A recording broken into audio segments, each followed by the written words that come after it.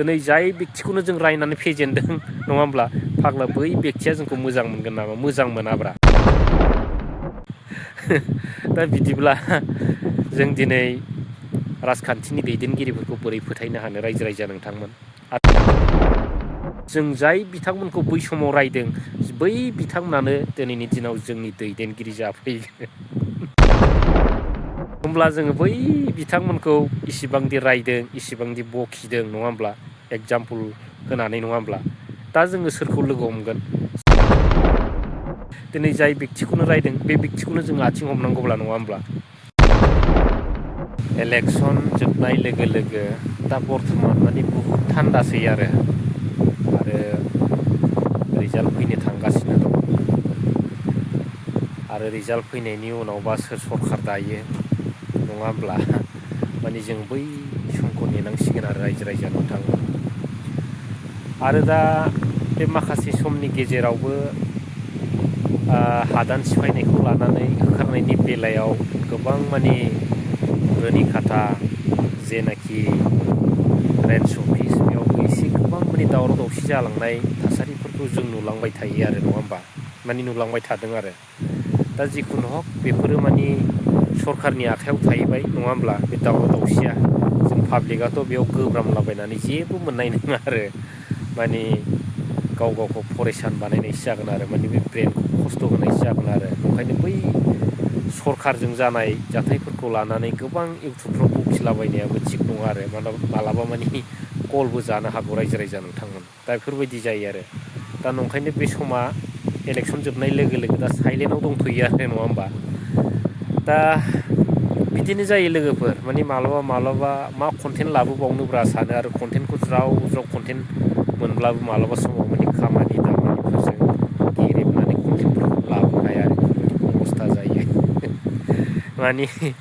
बे जिउ मोनसेखौ दैथिंनांगौ नालाय ओमफ्राय जिउआथ' जेनेबा मा होनो जिउखौ फिसिनो थाखायथ' माखासे जिनिस केपासिटि नांगौ नालाय नङा होमब्ला दा बिनि थाखायनो मानसिया खस्थ' खालामनांगौ जायो आरो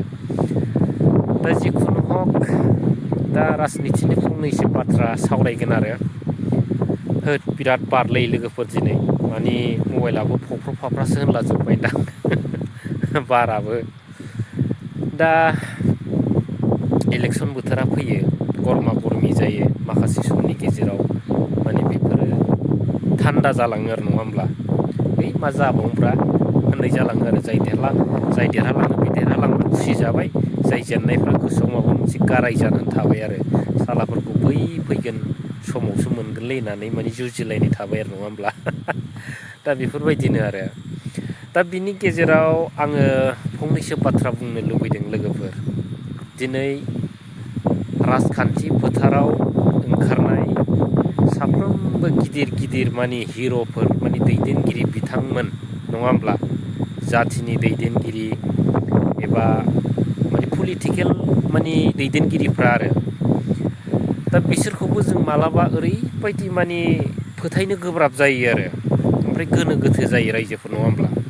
दाना बै दैदेनगिरिफोरखौ लानानैनो जोंनि रायजो राजाफोर जोंनि पाब्लिकफोर आरो जाय पार्टिखौ मोजां मोनदों बै पार्टिनि सापर्टार बिथांमोनाबो माब्लाबा ओरैबायदि गोनो गोथो आबुल थाबुल जालालाङो आरो बै राजनिथि दैदेनगिरिफोरखौ लानानै थांनाय बिटिसि इलेक्सननि बाथ्राखौ फंनैसो हाननोसै लोगोफोर नङा होमब्ला दा सिन्था खालामनो गोनां आरो जों माने ससियेल मिडिया इनफ्लुयेन्सारफ्रा माने बिराद सिन्था खालामनांगौ गोनां दं होननानै आं सानो आरो माने सम बोथोरखौ माने एकदम रुजुला रुजुलि माने जरायला जरायलि खालामनानै नायोबा नङा होमब्ला दा बेफोरबायदि आरो दा सिन्था खालामदो दिनै जोङो जोंनि हारिनि दैदेनगिरियानो हक ओमफ्राय अनेक माने हानजानि पलिटिकेल दैदेनगिरि बिथांमोनानो हक माने बिथांमोनखौ जोङो बिराद गोसो मोदोम जिउ होनानै फोथायनो गोब्राब जायो आरो नङा होमब्ला आरो बेखौ लानानै जों ससियेल मिडिया क्रिएटर बिथांमोनहाबो मालाबा माने गोनो गोथो जायो माने सोरखौबा माबा मोनसे बखिनांगौबाबो बखिनांला नामा बेफोरबायदि साननो गोनां जायो आरो नङा होमब्ला दा सिन्था खालामदो थांनाय बिटिसि इलेक्सनाव जाय दैदेनगिरिफोरखौ जोङो बिराद ज्राव रायबाय ज्राव बखिबाय नङा होमब्ला दा गोबां बाथ्रा बुंनानै बिथांमोनखौ जोङो बयबो रायजो राजाफ्रा माने फेजेननो हाबाय नङा होमबा दिनै बिथांमोना जेननांनानै गोबां दैदेनगिरि बिथांमोना दिनै बि दैलावनो ज्राव ज्राव खारबोजोब्बाय आरो हाबफैजोब्बाय नङा होमब्ला जोङो बै बिथांमोनखौ इसिबांदि रायदों इसिबांदि बखिदों नङा होमब्ला एगजामपोल होनानै नङा होमब्ला दा जोङो सोरखौ लोगो हमगोन जों जाय बिथांमोनखौ बै समाव रायदों बै बिथांमोनानो दिनैनि दिनाव जोंनि दैदेनगिरि जाफैगोन दा बिदिब्ला जों दिनै राजखान्थिनि दैदेनगिरिफोरखौ बोरै फोथायनो हानो रायजो राजा नोंथांमोन आरो बिथांमोना दिनै रायजानाय बलेथे माबा मोनसे होनजानाय बलेथे दा बिथांमोननि गोरबो बिखायावबो माबा मोनसे सुहाबनायफोरबायदि हाबनानै थायोब्रा माने जोंखौ नुबानो ओइ सालाफ्रा ओरैबायदि रायदोंमोनलै जोंखौ होननानै साननानै थायो आरो माबा मोनसे सुबिदा मोननांगौबाबो जोङो मोननाय नङा रायजो राजा नोंथांमोन बेनिखायनो दिनैनि दिनाव ससियेल मिडिया इनफ्लुयेन्सार बिथांमोना गोनो गोथो जायो माने जाथिनि सार्थआवबो खामानि मावनायखौ माब्लाबा एसे बादबनांगौ जायो आरो नङा होमब्ला दा दिनै सोरखौ फोथायनो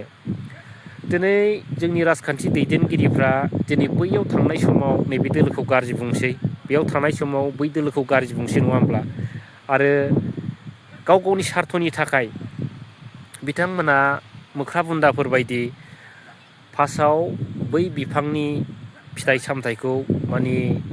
जाग्रोनोसै नङा होमब्ला आरो जाखांनानै बे बिफांनि फिथाइ सामथाइया जोबोब्ला नैबे फांसे बिफाङाव ज्राव बाज्रुमफैनानै बिनि फिथाइखौबो जाजोबसै आरो ओमफ्राय बिदिनो बिथांमोना नागिरै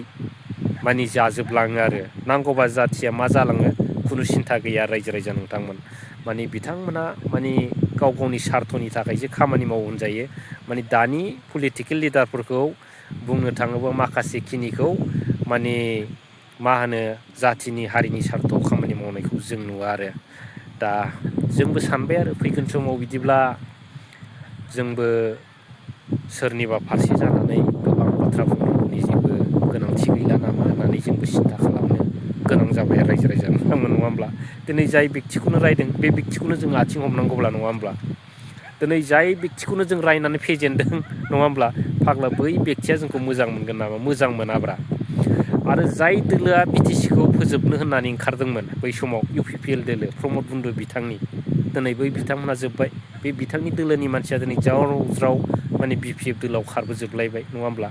आरो माब्लाबा ओरै जेनोबा ओरै ज्राव ज्राव खारलांजोबलायगोन दा बेफोरबायदिनो जायोलै रायजो राजा नोंथांमोन माने सिन्था खालामनानै नायोब्ला बिराद गोनो गोथो जायो आरो दा मा बुंबावनो रायजो राजा नोंथांमोन थेंक इउ